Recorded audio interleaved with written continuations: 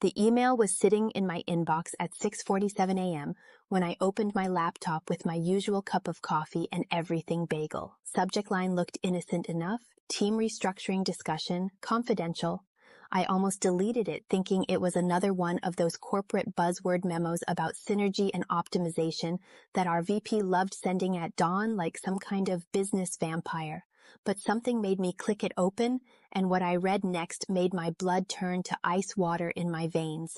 My name is Sarah Chen, and I have been the senior data analyst at Meridian Solutions for 4 years. 4 years of 60-hour weeks, missed family dinners, canceled vacations, and sleeping with my phone under my pillow in case the servers crashed. 4 years of being the person everyone called when the quarterly reports needed to be perfect, when the client presentations had to sparkle, when the numbers absolutely could not be wrong. I thought I was valued. I thought I was secure. I thought wrong. The email wasn't meant for me. It was a reply chain between our CEO, Marcus Webb, and the head of HR discussing the upcoming layoffs of my entire 12-person analytics department. Not downsizing, not restructuring, complete elimination. Every single person I worked with daily, laughed with during lunch breaks, collaborated with on projects that kept this company profitable, we were all getting axed in 2 weeks. But here's the beautiful part: they didn't know I had access to the executive email thread. 6 months ago, when Marcus got locked out of his account during a client crisis, he had me set up emergency access protocols that he never bothered to revoke. I wasn't snooping. The email literally landed in my shared administrative folder. And what I read in that thread wasn't just about layoffs. It was about something so much worse that it made my hands shake as I scrolled through message after message of corporate betrayal that would have made Machiavelli proud. They weren't just firing us to they were firing us to cover up a massive fraud scheme that my department had unknowingly been documenting for months. Every analysis we'd completed, every trend report we'd generated, every data visualization we'd created had been building a case against them without us even realizing it. And now, instead of facing the consequences of their actions, they were planning to eliminate the evidence by eliminating us. But Marcus Webb made one crucial mistake when he decided to destroy my team. He forgot that data analysts don't just crunch numbers. We see patterns, we connect dots, we build cases, and I had just stumbled onto the biggest case of my career sitting right there in my inbox like a gift-wrapped present from the universe itself. The thread started 3 months ago with a message from Marcus to Sandra Kim, our chief financial officer, about something called Project Streamline. Innocent enough name, right? Streamline could mean anything in corporate speak. Efficiency improvements, process optimization, digital transformation, all the empty phrases executives use when they want to sound innovative without actually saying what they're doing. But as I read deeper into the conversation, Project Streamline revealed itself to be something entirely different. It was a systematic scheme to inflate revenue numbers by creating fake client contracts, backdating service agreements, and manipulating billing cycles to show growth that didn't exist, the kind of accounting creativity that lands people in federal prison wearing orange jumpsuits and eating mystery meat for dinner. Here's how it worked. Meridian Solutions provided data consulting services to mid-sized companies, normal legitimate business. But over the past year, revenue growth had stagnated while expenses kept climbing. Instead of adjusting their business model or finding new markets, Marcus and Sandra decided to manufacture success by creating phantom clients and phantom projects that generated very real-looking revenue on paper. They would create shell companies with fake addresses, fake phone numbers, and fake executives. Then they'd write contracts for data analysis services that never actually happened. The invoices would get paid by transferring money between their various business accounts, making it look like external clients were paying for services when really it was just moving company money around in circles. But the best part, the part that made this scheme particularly diabolic, was that they used my department to legitimize the fraud. Every fake project needed documentation. Every phantom client needed progress reports, Every fraudulent contract needed data deliverables, so they would assign us to work on these projects, telling us they were confidential pilot programs or stealth market research initiatives. We'd spend weeks building analyses for companies that didn't exist, creating presentations for executives who were fictional, generating insights for industries that were completely made up. We thought we were working on cutting-edge proprietary research. We were actually creating evidence of systematic fraud. The email thread showed Marcus bragging to Sandra about how brilliant the scheme was. The analytics team is so focused on the data they never question the source, he wrote. They're building our cover story without even knowing it. Every report they complete gives us more documentation to show regulatory auditors if anyone starts asking questions. We look like a thriving consultancy with a robust client base and innovative research capabilities.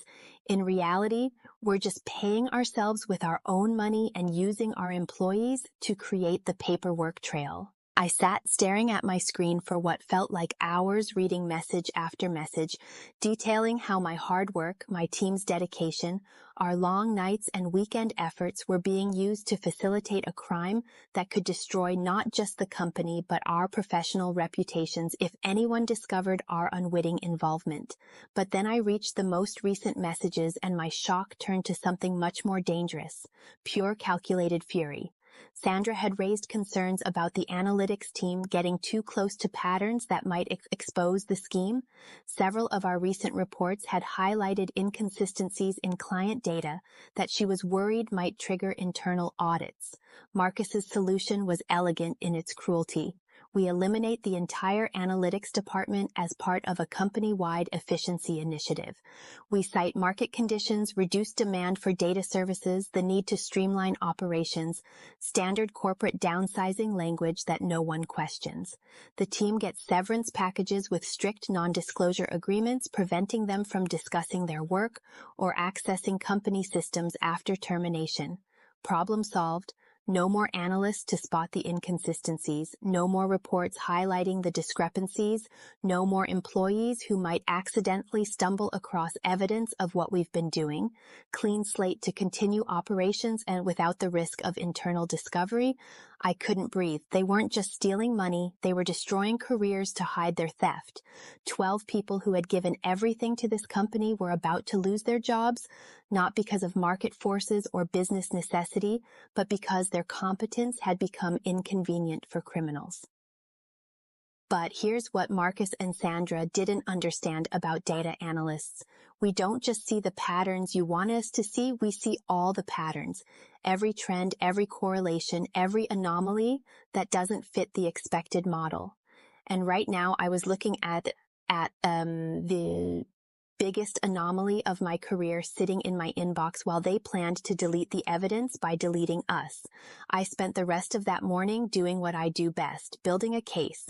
First, I created a secure backup of the entire email thread using an encrypted external drive.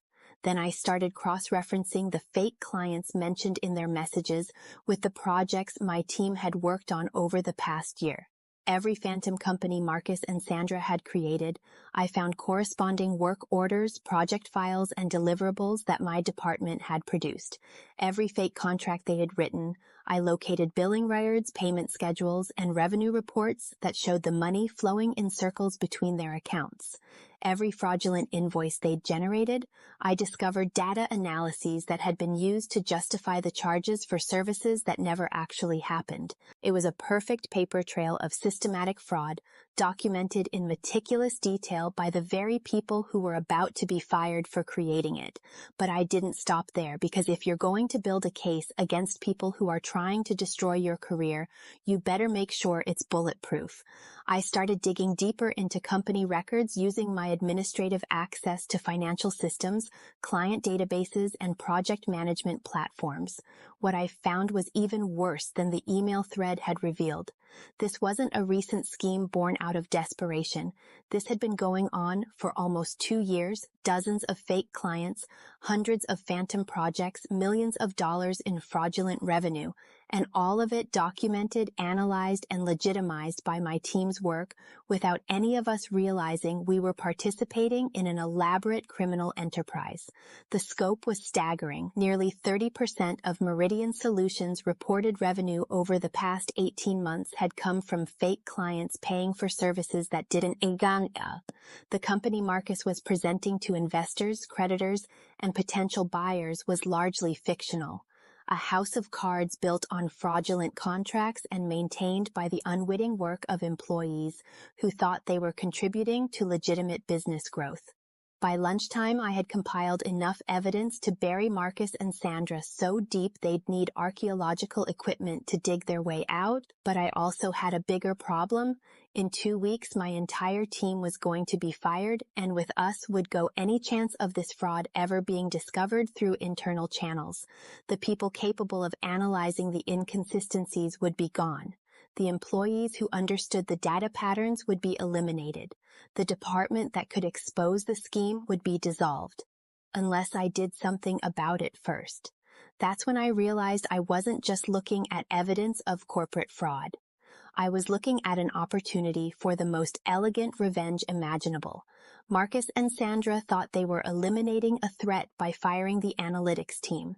What they were actually doing was creating the perfect whistleblower scenario with a motivated insider who had access to all the evidence and nothing left to lose. But I wasn't going to rush into anything. Data analysts succeed by being methodical, thorough, and strategic. If I was going to destroy their scheme, I was going to do it right.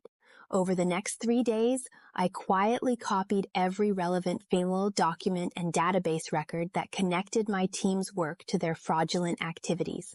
I used my administrative access to download project histories, client communications, financial reports, and billing records, everything that showed how our legitimate analytical work had been used to cover up their illegitimate business practices.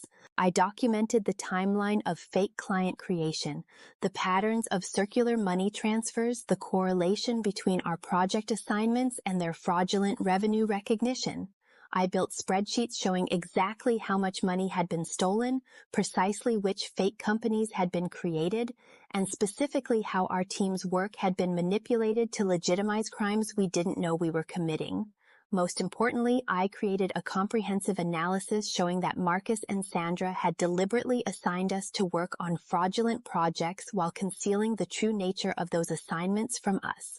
We weren't complicit in their scheme, we were victims of it, victims who were about to be fired to prevent us from accidentally exposing crimes we'd been tricked into documenting. By the end of the week, I had assembled a case file that would make federal prosecutors weep with joy. Clear evidence of securities fraud, wire fraud, money laundering, and conspiracy. Financial records showing exactly how the scheme operated, communication logs proving deliberate intent to deceive, and a paper trail connecting every fraudulent transaction to specific acts of deception that had been used to manipulate employees into creating cover documentation, but I still hadn't decided how to use it. Going to law enforcement felt like the obvious choice, but it would also mean months of investigation, legal proceedings, and uncertainty while Marcus and Sandra had time to destroy evidence, flee the country, or find ways to shift blame onto the employees they'd manipulated. I wanted something more immediate, something that would give them the same shock of betrayal they were planning to give us. That's when I remembered something Marcus had mentioned in one of his emails. Meridian Solutions was in the final stages of being acquired by a major consulting firm for $42 million. The deal was scheduled to close the day after our planned layoffs. The acquiring company thought they were buying a thriving data analytics firm with strong revenue growth and an innovative client portfolio. They had no idea they were about to purchase a criminal enterprise built on fake clients and fraudulent contracts. The due diligence process had relied heavily on financial reports and client testimonials that my team had unknowingly helped create through our work on phantom projects. Our analyses had been used to demonstrate market expertise, our client case studies had been used to show successful engagements, our revenue projections had been used to justify the acquisition price. The acquiring company was about to pay $42 million for a business that was largely fictional, using documentation that had been created by employees who were being fired to prevent them from exposing the fraud. That gave me an idea so perfectly poetic that it made me smile for the first time since reading that original email. If Marcus and Sandra wanted to eliminate the analytics team to hide their crimes, I was going to make sure the analytics team's final project was exposing those crimes to the people who mattered most, the buyers who were about to get defrauded out of $42 million. I spent the weekend crafting what I called the Meridian Solutions Analytical Review. It looked like a standard due diligence report, complete with executive summary, detailed findings, supporting documentation, and professional formatting. The kind of comprehensive analysis that acquiring companies rely on when making major investment decisions. Except this analysis wasn't reviewing market opportunities or competitive advantages, it was systematically dismantling every fraudulent claim Meridian Solutions had made about its business operations, client base, and revenue streams. I used my team's own analytical techniques to prove that nearly a third of the company's reported clients didn't exist, that millions of dollars in revenue had been artificially created through circular transactions, and that the management team had been systematically defrauding investors, creditors, and now potential buyers for almost 2 years. Every fake client was identified by name, with proof that their addresses were vacant lots or mail drops. Every fraudulent contract was analyzed with evidence showing the circular money transfers that had created phantom revenue. Every manipulated financial report was cross-referenced with actual bank records that revealed the true sources of income. But the most damning section of my analysis focused on how the fraud had been facilitated through the deliberate manipulation of employee work assignments. I documented how Marcus and Sandra had used our team's legitimate analytical capabilities to create false documentation for their criminal enterprise, how they had deliberately concealed the fraudulent nature of our project assignments, and how they were now planning to fire us to prevent accidental discovery of their scheme. I showed that the analytics team hadn't just been victims of the fraud. We'd been unwitting tools used to legitimize it, and now we were being eliminated as evidence to cover it up. The report concluded with a recommendation that the acquiring company immediately halt all acquisition proceedings, conduct a comprehensive forensic audit of Meridian Solutions' financial records, and report the evidence of systematic fraud to appropriate law enforcement agencies. It was 47 pages of methodical destruction backed by hundreds of supporting documents and cross-reference data that proved beyond any reasonable doubt that Marcus Webb and Sandra Kim had built their company's success on systematic criminal activity. Then I did something that felt almost anticlimactic after all the drama of discovery and analysis.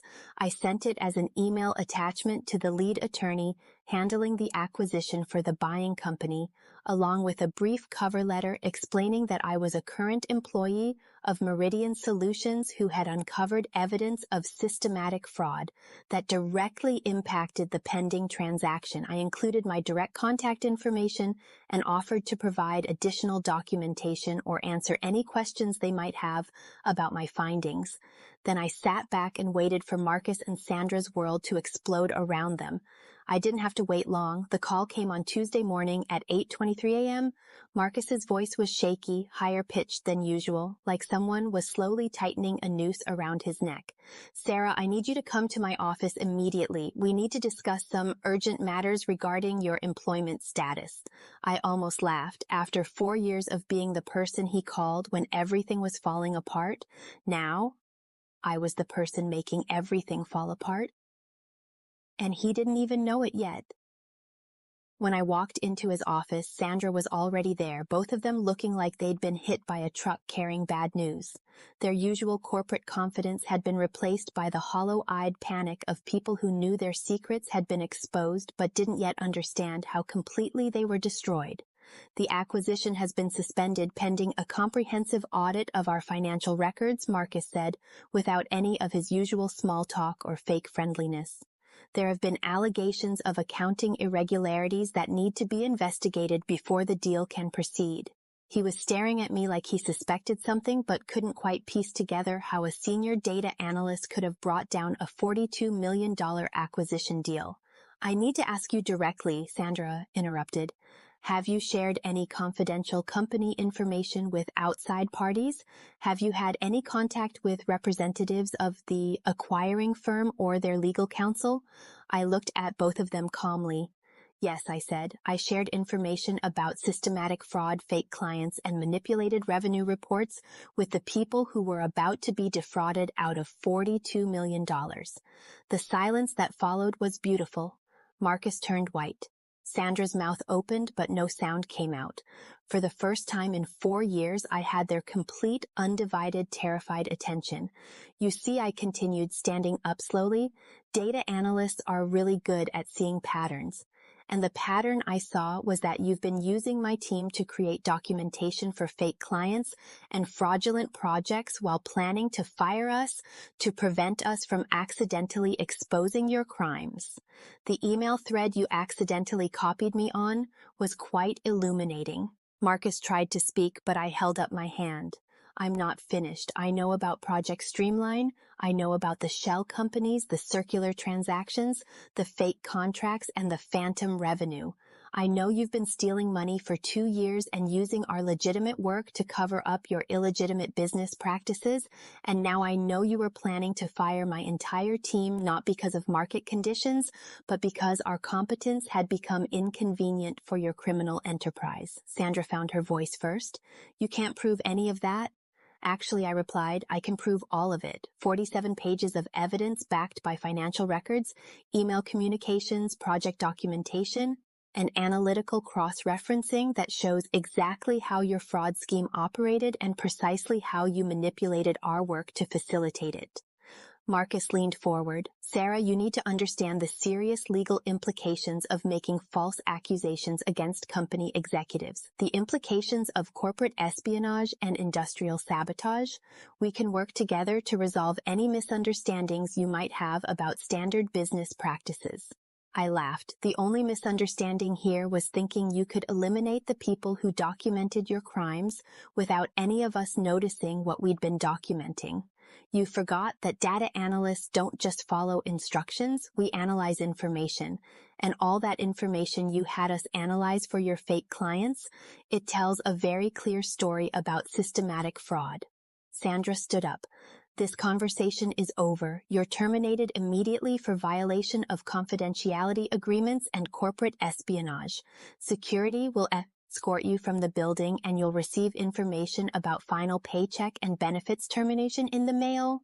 No, I said calmly, this conversation is just beginning because in about 30 minutes, federal agents are going to arrive with search warrants for your financial records, computer systems, and communication logs. The acquiring company didn't just suspend the deal.